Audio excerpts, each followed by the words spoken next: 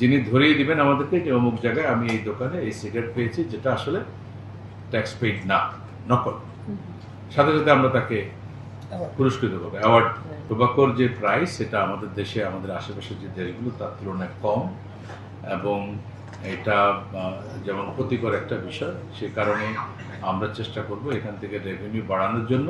Niacinamide ও salicylic সমৃদ্ধ lily face wash যা ফেসের ডেড স্কিন সেল দূর করে দেয় দ্বিগুণ ফাস্টার ব্রাইটেনিং।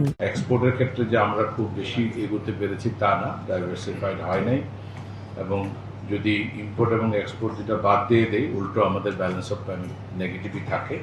এইটুকু কাভার করে আমাদের রেমিটেন্স যোদ্ধারা, এবং এখনকার যুদ্ধ পরিস্থিতিতে ডেফিনেটলি একটা বড় একটা ক্রাইসিসে পড়েছে। আমরা দেখছি যে আমাদের ভাই বোনেরা অনেক চলে আসতে হচ্ছে, এবং অনেকে ইভেন রিস্ক নিয়ে ওখানে জীবন অনেকে হারিয়েছেন, এবং অনেকগুলো অনেক অনেক অনেক রেমিটেন্স আর্নার, আমাদের ওয়েজ আর্নাররা দেশে ফেরত এসছে, যেখানে আমাদের এই এক্সপোর্ট বাড়ানোর কথা, আরও বেশি কর্মসংস্থানের হওয়ার কথা, এটা একটা বড় প্রবলেম তৈরি হয়েছে। আর বিভিন্ন ইস্যুতে যেটা বললেন যে আপনাদের আসলে সার্বিক সহযোগিতা আমাদের লাগবে, যে আমরা যে কাজগুলো করতে চাই যদি এগুলো যৌক্তিক হয়, রেশনাল হয়, জনবান্ধব কল্যাণে হয়, অবশ্যই আপনারা সাপোর্ট করবেন।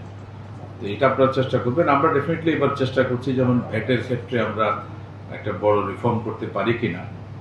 এটা আপনারা দেখেছেন যে এর আগেও দুইবার ট্রাই করা হয়েছে। 91 সালে স্ট্যান্ডার্ড ভ্যাট রেট ছিল, 2012 সালে স্ট্যান্ডার্ড ভ্যাট রেট ছিল, কিন্তু আলটিমেটলি বাস্তবায়ন করা যায়নি। তো সেই একই রকম আমরা এক্সপিরিয়েন্স আমরা নিতে চাই না, সে কারণে আমরা গ্র্যাজুয়ালি আগাচ্ছি। যেখানে যেখানে আমাদের ট্রাঙ্কেটেড ভ্যাট আছে এটা সংখ্যা কমিয়ে একটা সিঙ্গেল রেটে নিয়ে আসা।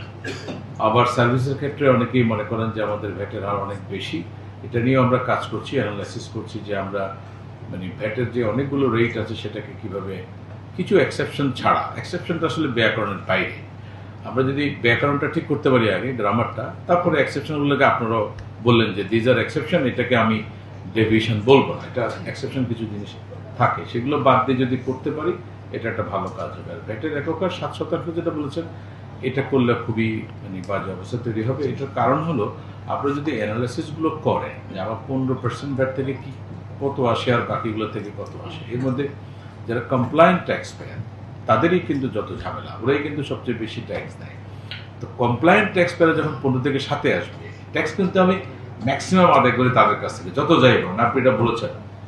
তো ওই যে মানে অর্ধেকেরও কম কমে যাওয়া, এইটা কিন্তু আপনি ওই মার্জিনাল ভ্যাট পেয়ারদের থেকে নেট বাড়িয়ে এটা পারবেন না, এটা it will be very very difficult. সুতরাং এটা না, আমাদের গুডস অ্যান্ড সার্ভিসের উপরে 15% থাকবে, গুডসের উপরে, আর অন্যটা আমরা একটুখানি রেশনালাইজ করতে পারি কিনা এটা আমরা আলাপ আলোচনা করব। ডেফিনেটলি এটা আমরা আলাপ আলোচনা করব।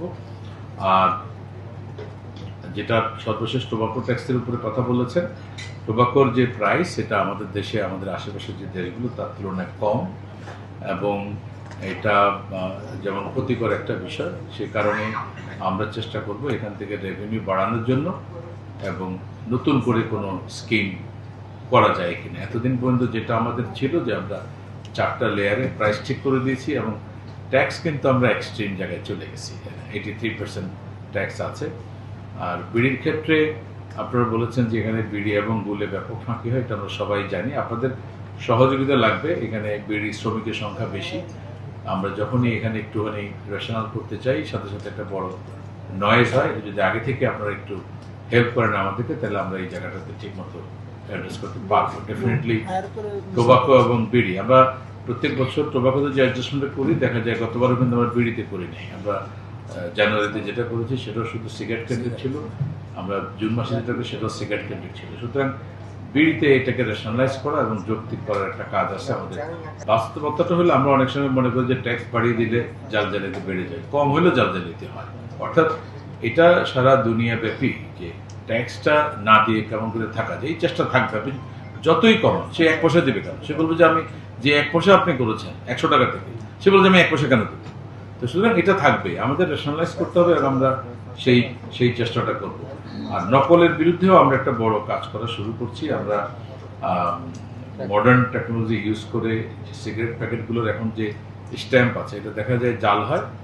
এই গতকালকেও আমাদের ঢাকা কাস্টম হাউস একজন চাইনিজ নাগরিককে ধরা হয়েছে জাল স্ট্যাম্প সহ। আর সে ডিক্লার মনে করেন এটা ছাড়াও অন্যান্য জায়গাতে আরও বেশি, 1,000 কোটি টাকা রেভিনিউ লসে এরকম স্ট্যাম্প আসে। সে দেখাচ্ছে ডিক্লেয়ার করলো গার্মেন্টসের ফেব্রিক, কিন্তু তার পুরো কন্টেনার ভরে চায়না থেকে নিয়ে আসছে জাল স্ট্যাম্প। তো এটা আছে। এখন এগুলোকে রোধ করার জন্য আমরা যেটা বলছি, অন্যান্য দেশ যেটা করেছে যে আমরা সিগারেটের প্যাকেটের মধ্যে AR কোড এবং QR কোড যেটা লেটেস্ট, এগুলো ব্যবহার করব যাতে করে তারা নকল ব্যবহার করতে না পারে। এবং আমরা আমাদের বিশেষ করে সাধারণ মানুষদেরকে হুইসেল ব্লোয়ার হিসেবে কাজে লাগাবো, যে যদি কোনো ফেক কিছু পাওয়া যায়, এবং এটা অ্যাপ থাকবে, সেই অ্যাপ দিয়ে যে কেউ স্ক্যান করতে পারবে, যে কেউ যিনি ধরিয়ে দিবেন আমাদেরকে যে অমুক জায়গায় আমি এই দোকানে এই সিগারেট পেয়েছি যেটা আসলে ট্যাক্স পেইড না, নকল, সাথে সাথে আমরা তাকে পুরস্কৃত করবো, অ্যাওয়ার্ড। আমরা এইভাবে যেতে চাই। ট্র্যাক অ্যান্ড ট্রেস যে মেকানিজম, এটা নিয়ে আমরা টাকশালের সাথে কাজ শুরু করে দিয়েছি।